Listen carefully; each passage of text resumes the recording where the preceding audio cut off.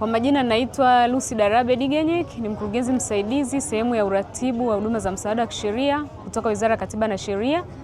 Wizara ya Katiba na Sheria imepewa dhamana ya kuratibu na kusimamia huduma za msaada wa kisheria kwa niaba ya serikali, na katika kutekeleza jukumu hilo, wizara kwa sasa inatekeleza kampeni ya msaada wa kisheria ya Mama Samia kwa awamu ya pili, ambapo kwa mkoa wa Dodoma utekelezaji wa kampeni hiyo umeanza tarehe 1 mwezi Mei 2026 na itaendelea mpaka tarehe 15 Mei 2026. Kampeni haitafanyika tu katika jiji la Dodoma, bali itafanyika na halmashauri zote za mkoa wa Dodoma.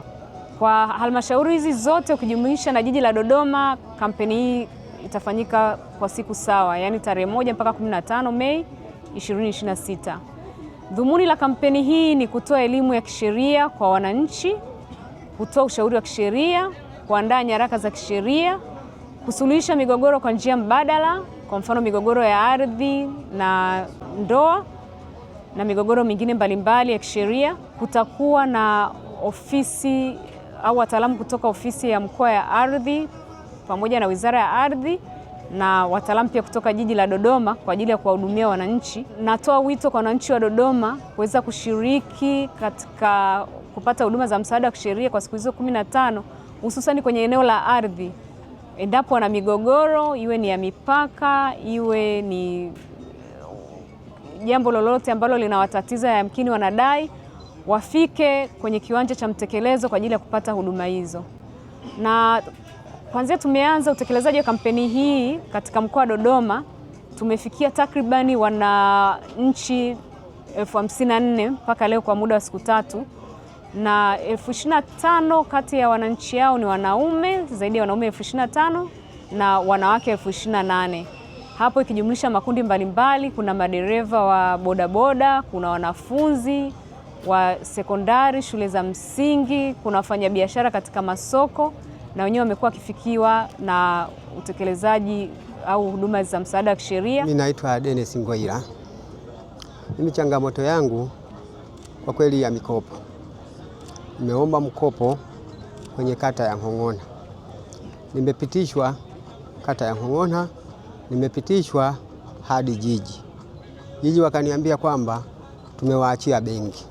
Kwa hiyo benki kila nitakapokwenda wanasema tutakuja kutembelea. Kila nitakapozunguka wanasema tutakuja kutembelea. Kwa hiyo mpaka sasa, kutoka mwaka jana mpaka sasa sijapata ule mkopo. Kwa hiyo ndio maana nimekuja hapa viwanja hivi ili hawa wanasheria wanisaidie. Je, huu mkopo kweli nimekubaliwa na kata zote, na je kweli nitasaidiwa? Mimi naitwa Eldegalda Jerome Kiwia. Niliposikia tangazo la msaada wa kisheria katika vyombo vya habari, nimekuja hapa kwa sababu niombe kusaidiwa.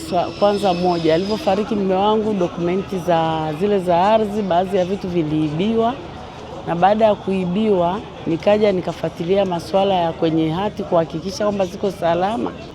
Dokumenti zilizokuwa zinakaa vyeti nikakuta zimeondolewa, zimetupwa. Mtu kashabadilisha haraka kajisajili, kashapewa na hati ya majina yake na kuambiwa kwamba yeye anawaona wakubwa.